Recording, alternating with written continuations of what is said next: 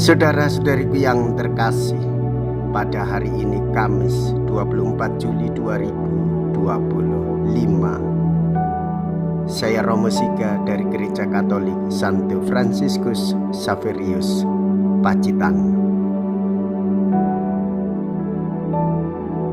Dalam nama Bapa dan Putra dan Roh Kudus.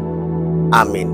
Karena cobaan di padang gurun, umat Israel semakin terbuka terhadap kekuasaan Allah.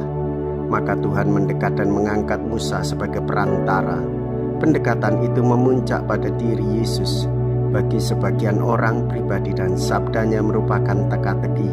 Tetapi barang siapa terbuka hatinya akan menemukan arti sebenarnya. Kalian diberi karunia mengetahui rahasia kerajaan surga, tetapi mereka tidak. Mea culpa, mea culpa, mea maxima culpa. Saya berdosa, saya sungguh berdosa. Marilah kita berdoa. Allah Bapa Maha Kuasa dan Kekal, orang yang mencari Engkau terima melalui Yesus, sabdamu yang menjelma. Perkenankanlah kami mendengar betapa agung kebahagiaan yang menjadi panggilan umat manusia. Dengan pengantaraan Yesus Kristus Putramu Tuhan kami, yang hidup dan berkuasa, bersama dengan Dikau dalam persatuan Roh Kudus, Allah sepanjang segala masa. Amin. Tuhan bersamamu dan bersama rohmu. Inilah Injil suci menurut Matius. Dimuliakanlah Tuhan. Matius bab 13 ayat 10 sampai dengan ayat 17.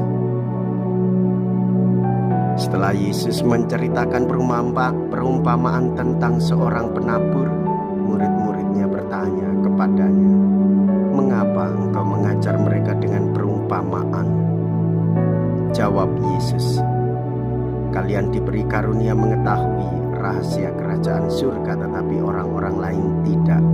Karena barang siapa mempunyai, akan diberi lagi. Tetapi barang siapa tidak mempunyai, maka apapun yang ada padanya akan diambil juga.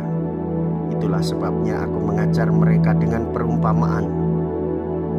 Karena biarpun melihat mereka tidak tahu, dan biarpun mendengar mereka tidak menangkap dan tidak mengerti.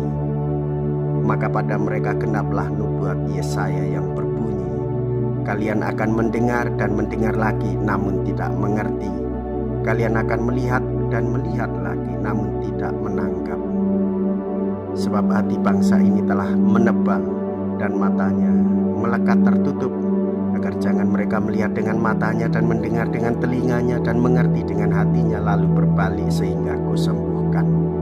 Akan tetapi berbahagialah mata kalian sebab melihat, berbahagialah telinga kalian sebab mendengar. Sebab aku berkata kepadamu, sesungguhnya banyak nabi dan orang benar ingin melihat apa yang kalian lihat, tetapi tidak melihatnya, dan ingin mendengar apa yang kalian dengar, tetapi tidak mendengarnya. Demikianlah sabda Tuhan. Terpujilah Kristus.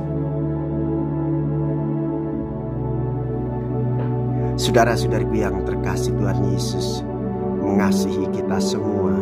Yesus mengajar dengan perumpamaan untuk menggambarkan kedalaman dan kebenaran ilahi. Kiasan-kiasan yang diungkapkan oleh Tuhan Yesus, pengajarannya mudah diingat bagi kita yang mau mendengarkannya dengan baik, mempertegas apa yang hendak Ia ajarkan, sehingga kita semakin diteguhkan di dalam pengertian Allah di dalam kehidupan kita, dan mengandung tanda serta simbol yang penuh makna.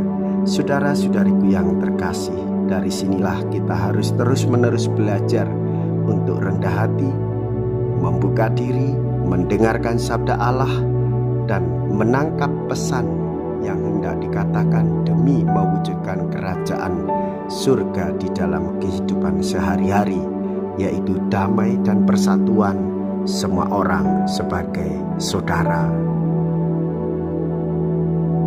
Marilah kita berdoa.